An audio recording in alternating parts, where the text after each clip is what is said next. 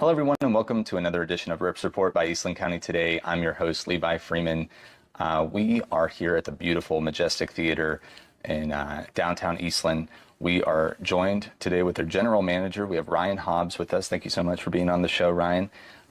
We also want to give a quick shout out to our sponsor. We have the Eastland Chamber of Commerce. When you get a chance, go check out their Facebook page. It's a great way to keep up with all the great work that they're doing to support Eastland's local businesses. So, yeah, please go ahead and do that when you get the chance. We have something very fun to talk about. We're here at the theater, which is already amazing and fun to talk about. They have their third annual Grammys coming up, and they're going to be going back to the 80s with this year's theme, and we'll be talking a little bit about that. So stay tuned till closer to the end of this interview to learn more about that. But let's start off learning a little bit about you, Rhyne. Could you just give our audience a quick introduction about yourself and a little bit about your background?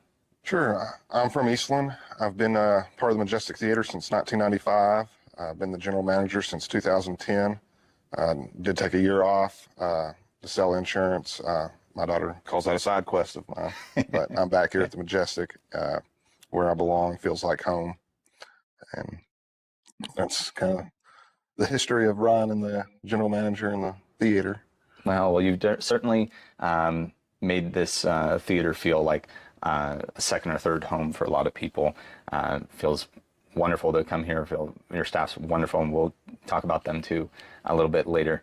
But thank you for all the hard work that you've been putting in for all these many years now.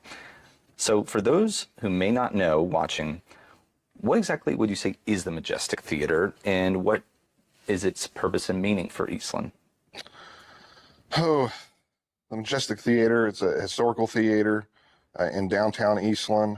I'm a little biased. I think it's probably the crown jewel of Eastland, in my opinion. There's nothing like it in all of rural Texas that I'm aware of. There's a few other small towns that have theaters that are trying to copy what we're doing, but you know, we've been here since '87. I know we'll get into the history here in a little bit, but it's just a unique place to come watch first run movies. Mm-hmm. I don't know of any other spot that you can do that at for the price that we also have that we'll dive into later. It's the Majestic Theater it's just such a great community gathering spot, and we'll get into that. But it's a beautiful theater. I hope you can appreciate just from what you can see from your vantage watching. Just a taste of like you said, a crown jewel of Eastland. Now, the Majestic Theater was not always called the Majestic Theater.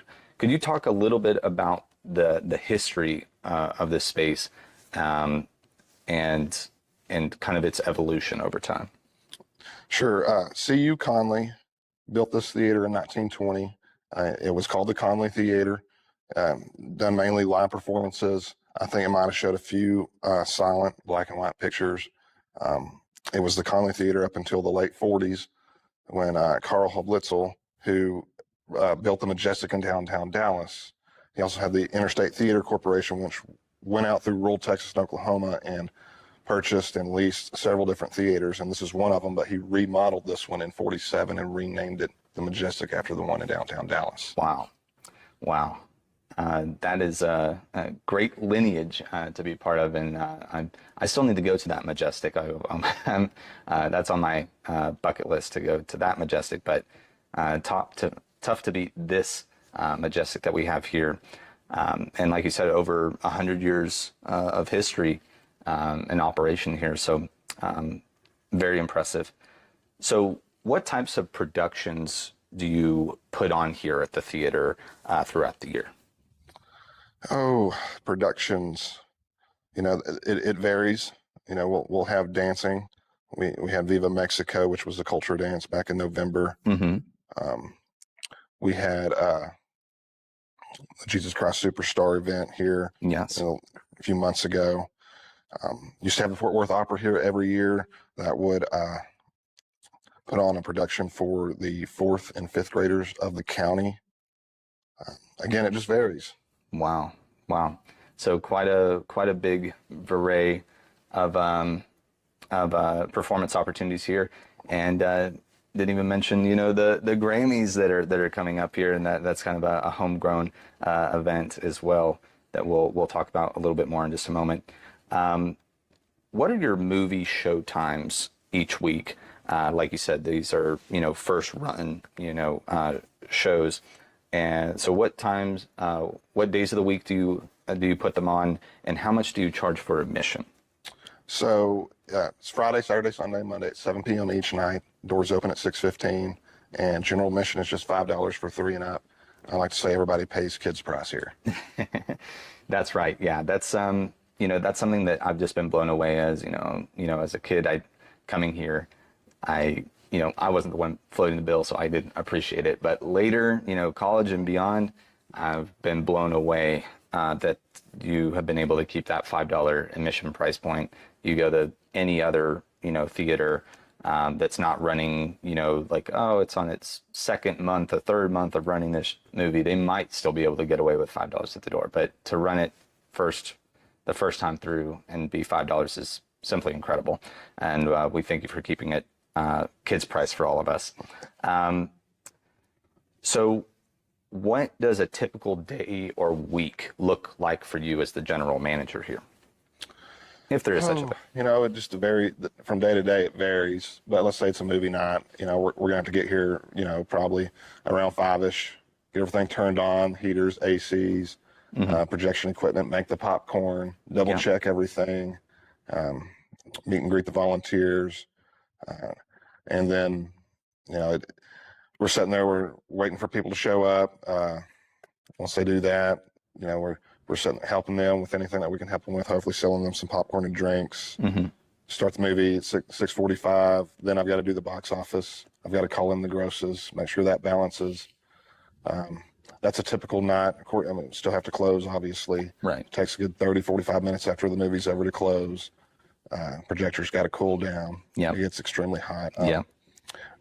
On a week, I've got my deposit and about 4 or 5 different reports that I handle on Tuesdays. We got to order candy, popcorn. Yeah.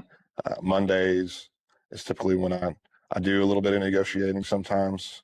We have a tentative movie schedule on our website, but nothing's set in stone on that. Okay. And it doesn't really get confirmed and booked until the Monday before. Okay.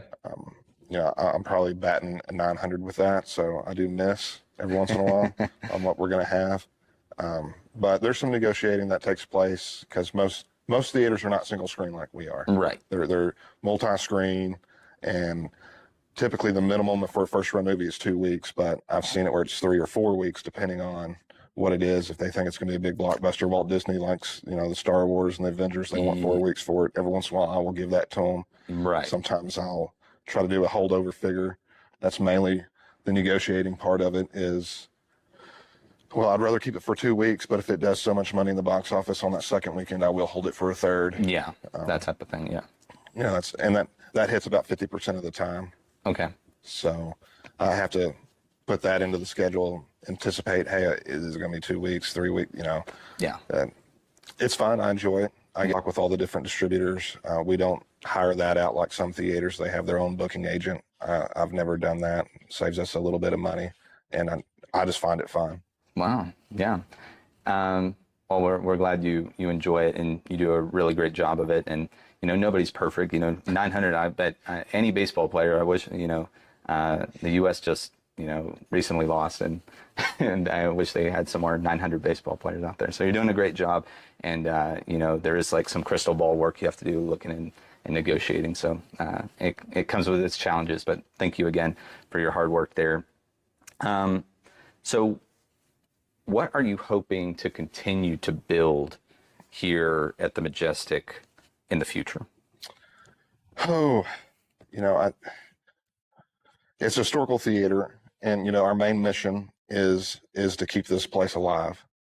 It's 100 years old, so it takes a whole lot to keep a building that old functioning. Yes, and to provide entertainment for all of Eastland. Right.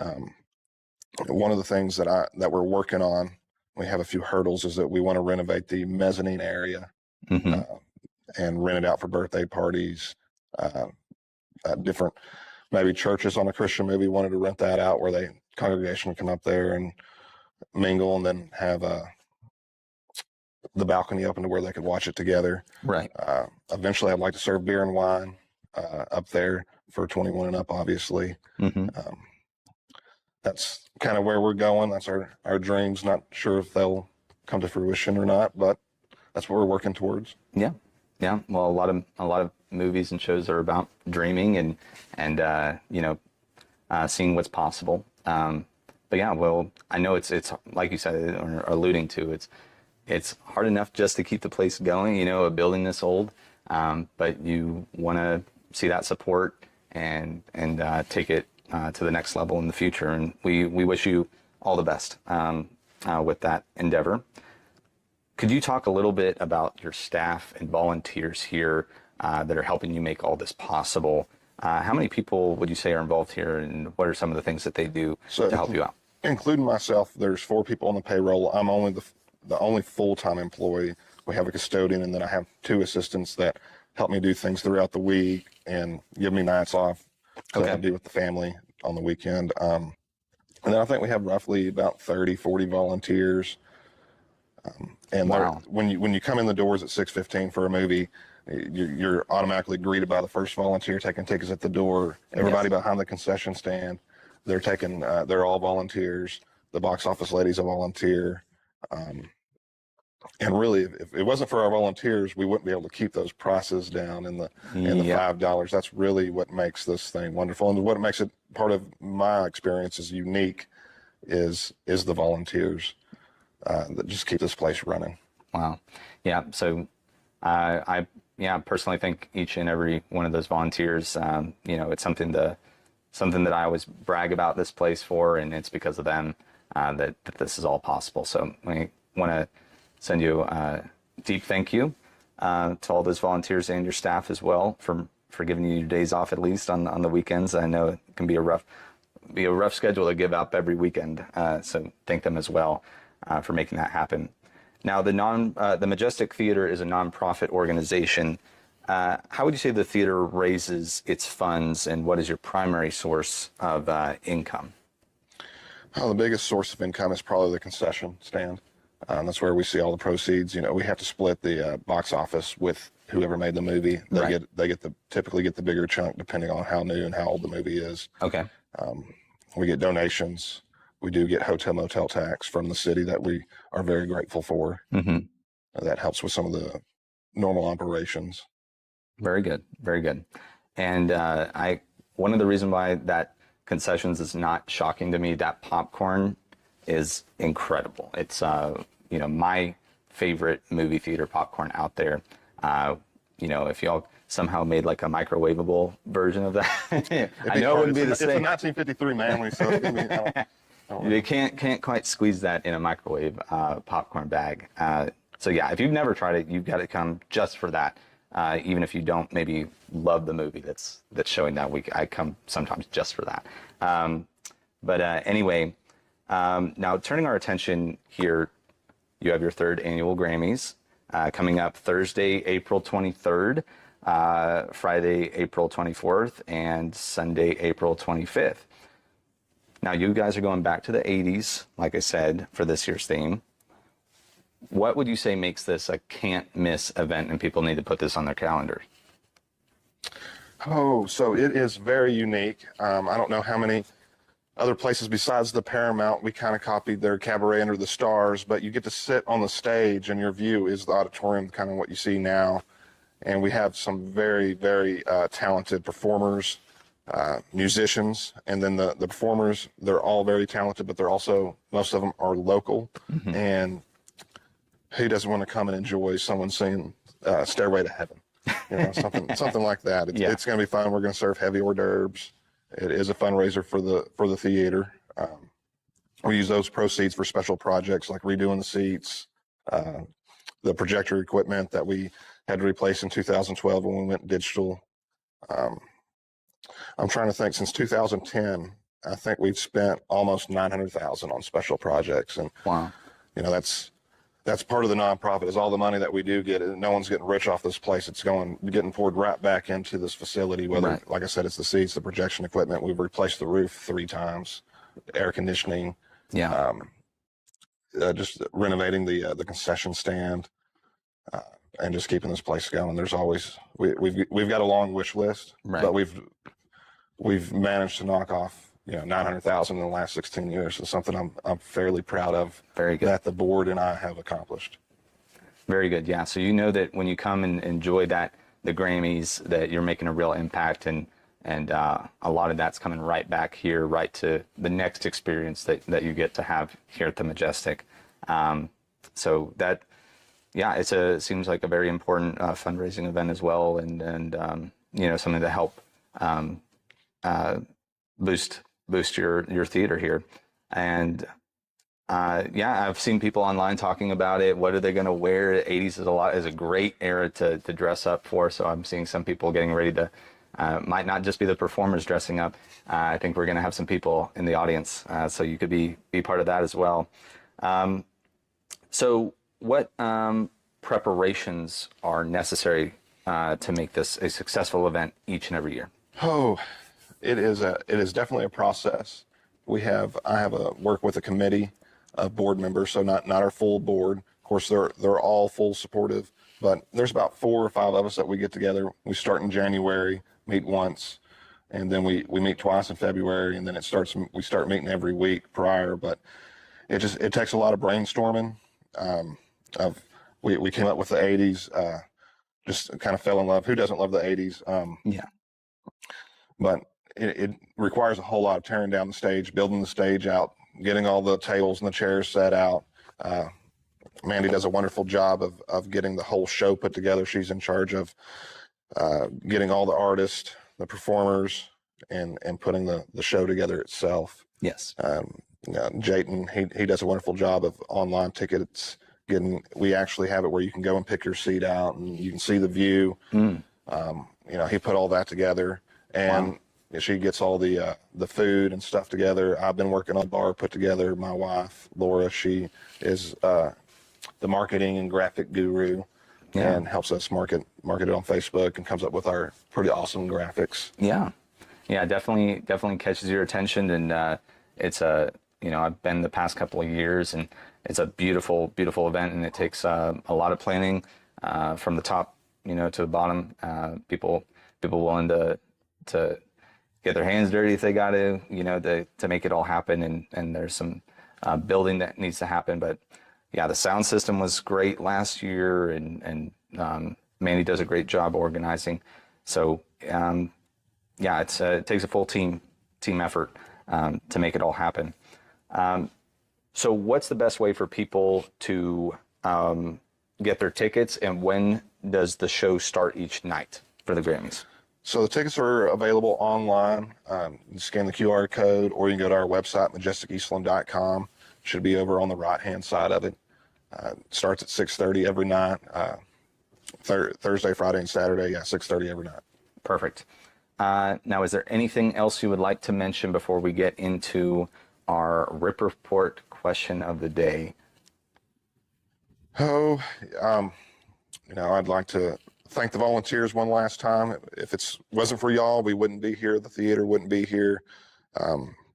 We just appreciate from the bottom of our hearts myself, the Eastland Fine Arts Board, and I'm sure most of Eastland.